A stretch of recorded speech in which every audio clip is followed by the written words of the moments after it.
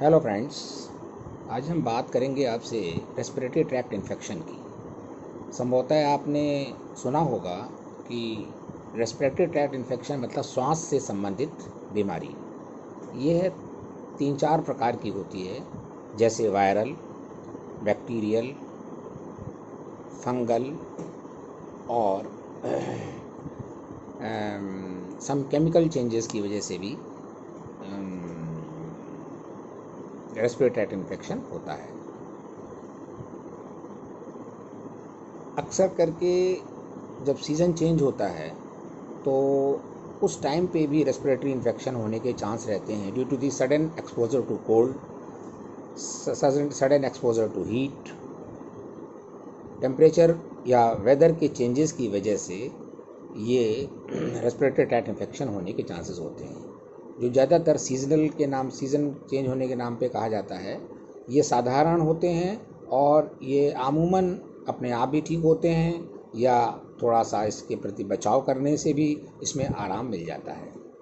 लेकिन जहाँ तक रहा वायरल, ये अपना टाइम 2 से 5 दिन का लेता है। वायरल जो वातावरण में जो वायरस होते हैं, विभिन्न प्रकार के वायरस वातावरण में उपलब्ध रहते हैं, वह आपकी इम्यूनिटी अगर कमज़ोर है या आपकी ससेप्टिबिलिटी पावर अगर कमज़ोर है तो आपको यह इन्फेक्शन होने के चांसेस होते हैं, जो कि साधारण दवाइयाँ लेने से या डॉक्टर के संपर्क में उनसे कंसल्टेशन लेने से, दवाई का प्रयोग 4 से 5 दिन करने से वह आमूमन ठीक हो जाते हैं। इसमें चाहे आप एलोपैथिक मेडिसिन लें, चाहे आयुर्वेदिक मेडिसिन लें, चाहे होम्योपैथिक मेडिसिन लें, सभी कारगर हैं। और ये थोड़ा सा टाइम टेकिंग ज़रूर होता है, हल्का फुल्का, लेकिन आराम मिलता है। यदि कोई विशेष कष्ट हो तो एलोपैथिक की कुछ स्पेशल जो दवाइयाँ या कुछ एंटीबायोटिक या कुछ और तरीके की चीज़ें जो दी जाती हैं वह लेना पड़ता है, वह भी डॉक्टर की सलाह से। अब रहा बैक्टीरियल इन्फेक्शन, जो कि बैक्टीरिया के द्वारा होता है। जैसा कि आप सभी जानते हैं कि एक प्रकार के जीवाणु होते हैं जो हवा में मतलब उपलब्ध रहते हैं, साथ साथ में खान पान के माध्यम से भी बैक्टीरिया पहुंचता है। लेकिन मेन जो है वह आपके रेस्पिरेटरी ट्रैक्ट में नेज़ल कैविटी के थ्रू या सांस लेने में जो अन्य तरीके होते हैं, जैसे आप मुंह से भी सांस लेते हैं, उसके द्वारा या अन्य किसी वजह से आपको ये इन्फेक्शन हो सकता है। तीसरा है फंगल इन्फेक्शन। ये भी वायुमंडल के माध्यम प्लस ये जल के माध्यम से भी पहुंचता है, फंगल्स। और जो एक बहुत ही अक्सर बात की जाती है साफ़ सफाई की, तो साफ़ सफाई के ना होने से भी वातावरण में या और भी कई माध्यमों से फंगल इन्फेक्शन पहुंचता है। इन सबको एक तो सबसे बचाव रखना चाहिए, साथ में यदि आवश्यकता हो तो इसके से संबंधित चिकित्सक को दिखा के इसकी जांच करानी चाहिए। जैसे ब्लड के टेस्ट के थ्रू भी बैक्टीरियल इन्फेक्शन, फंगल इन्फेक्शन के बारे में जानकारी की जाती है। ज़्यादा कष्ट होने पे या ज़्यादा परेशानी होने पे इसमें एक्सरे वगैरह की भी आवश्यकता पड़ती है, एक चीज़। दूसरी चीज़ ये है कि एलर्जी की वजह से भी आपको रेस्पिरेटरी ट्रैक्ट इन्फेक्शन होता है। बहुत से लोगों को धूल से एलर्जी होती है, डस्ट यानी मतलब किसी को पॉलन से होती है, माने फूल के पराग कणों से, या कुछ लोगों को स्मोक से होती है, जैसे धुएं से, स्पेशली फॉर सिगरेट स्मोकर्स से भी एलर्जिक होती है, मतलब एक तरीके का रेस्पिरेटरी इन्फेक्शन होता है। साथ में ये एटमॉस्फेयर या जो पॉल्यूशन है उसकी वजह से भी इन्फेक्शन होने का चांस होता है। जैसे कि कोरोना में मास्क पहनने के लिए आजकल बहुत चर्चा में है, और विशेष करके इधर 2-2.5 महीने से जब से ये कोरोना की बात चल रही है तो मास्क का प्रयोग बताया जा रहा है। आपने देखा होगा कि पहले जैन जो मुनि हैं या जैन धर्म को मानने वाले पहले से ही एक नाक के ऊपर पट्टी सी बांधते हैं जो मास्क का ही काम करता है, वो भी एक तरीके से जीवाणुओं को रोकने के लिए ही पहनते हैं। लेकिन उसको चूंकि धर्म के से जोड़ के देखा जाता है, उनका आध्यात्मिक दृष्टिकोण देखा जाता है, एक अलग विषय है, लेकिन वह काम मास्क का ही करता है। अब जो मास्क आजकल कोरोना से संबंधित लोग लगा रहे हैं, वह मेरे ख्याल से बहुत ही लाभप्रद है। प्रदूषण से भी बचेंगे, बैक्टीरियल इन्फेक्शन में भी आप बच सकते हैं, साथ साथ में वायरल से भी बच सकते हैं। कोरोना खुद ही अपने में एक वायरल इन्फेक्शन है, तो इसलिए मास्क का जो जैसे कहा गया, या मान लीजिए मास्क नहीं है आपके पास, तो आप एक गमछा अपने मुंह पे लपेट सकते हैं, और सफ़ेद कपड़े का है, या स्टोल जैसे लड़कियां आजकल ओढ़ती हैं, वो स्टोल भी नाक के ऊपर बांध सकते हैं। ये भी एक तरीके से प्रोटेक्शन का काम करता है। अब जहाँ तक मामला है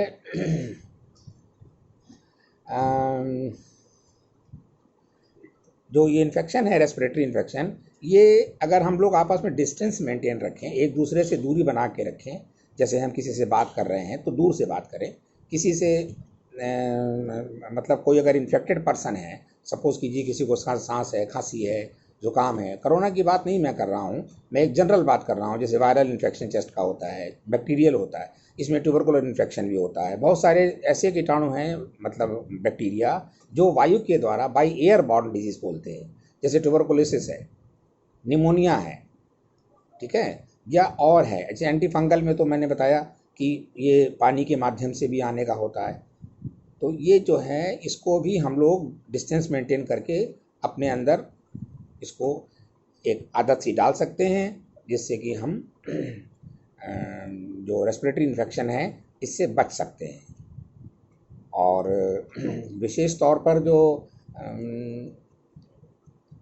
एयरबॉर्न डिजीज़ है, वो उसमें न्यूट्रिएंट अपना जो मोस्टली जो हेल्दी एयर है उसे हमें लेने की कोशिश करनी चाहिए। आब हवा हमारी अच्छी होनी चाहिए, वायु प्रदूषित नहीं होना चाहिए।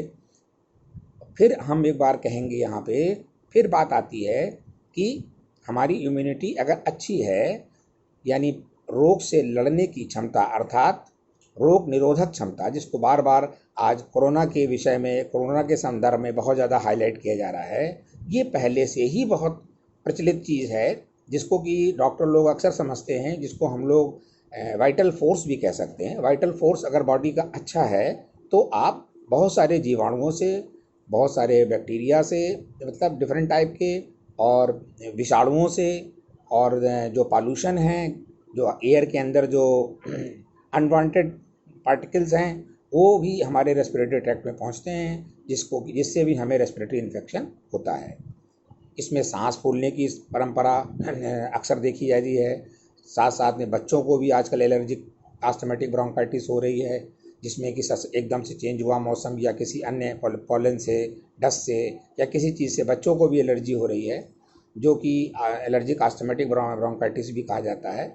ये कॉमन हो रही है, और एलर्जन से बचने के लिए मास्क का बहुत अच्छा इस्तेमाल है, बहुत अच्छा लाभ उठाया जा सकता है। अब जहाँ तक सवाल है हमारे न्यूट्रिएंट्स का या हमारे भोजन पदार्थ का, ये हमेशा हम लोगों को इसका ध्यान रखना है कि भोजन के साथ साथ सलाद का प्रयोग करना चाहिए। उसके अलावा जो पौष्टिक चीज़ें हैं, जैसे विटामिन सी की बात बार बार आ रही है, कोरोना में भी विटामिन सी की बात चल रही है, ये एक तरीके से सभी जो न्यूट्रिएंट्स हैं, जिसमें काफ़ी प्रोटीन है, कैल्शियम है, विटामिन सी है, ये हर उसमें जो रेस्पिरेटरी इन्फेक्शन है या शरीर से संबंधित अन्य बीमारियां हैं, सब में लाभप्रद है। तो हमें यहाँ ये समझना होगा कि बहुत सी चीज़ें ऐसी जो कि सब बीमारियों में कॉमन, अगर हम बचाव रखें तो बहुत सी बीमारी से हम बच सकते हैं। आवश्यकता पड़ने पे, तकलीफ होने पे तो आपको डॉक्टर को दिखाना ही है, डॉक्टर से राय लेनी है, डॉक्टर अपने हिसाब से उसका ट्रीटमेंट करेगा। एक तो पहली चीज़ यही हो गई। दूसरी चीज़ यह है कि आप जो सिगरेट स्मोकिंग का जहाँ तक सवाल है, तो इस सिगरेट स्मोकर्स के लिए कहा गया है कि जो स्मोक करता है, जो सिगरेट पीता है, उसको तो नुकसान होता ही होता है, उसके सामने जो बैठा होता है उसको उससे 2 गुना नुकसान पहुंचता है उसके धुएं से। इसलिए जो सिगरेट पीने वाले व्यक्ति हैं, एक तो सिगरेट पीना ही स्वास्थ्य के लिए हानिकारक है, लेकिन यदि कोई पीता है तो उसके सामने आप कतई ना बैठें, क्योंकि उसका धुआं इनडायरेक्ट डायरेक्ट में आपके फेफड़े में भी पहुंच रहा है, जो कि डबल एक तरीके से उससे आपको डबल नुकसान पहुंचाने की कोशिश करेगा।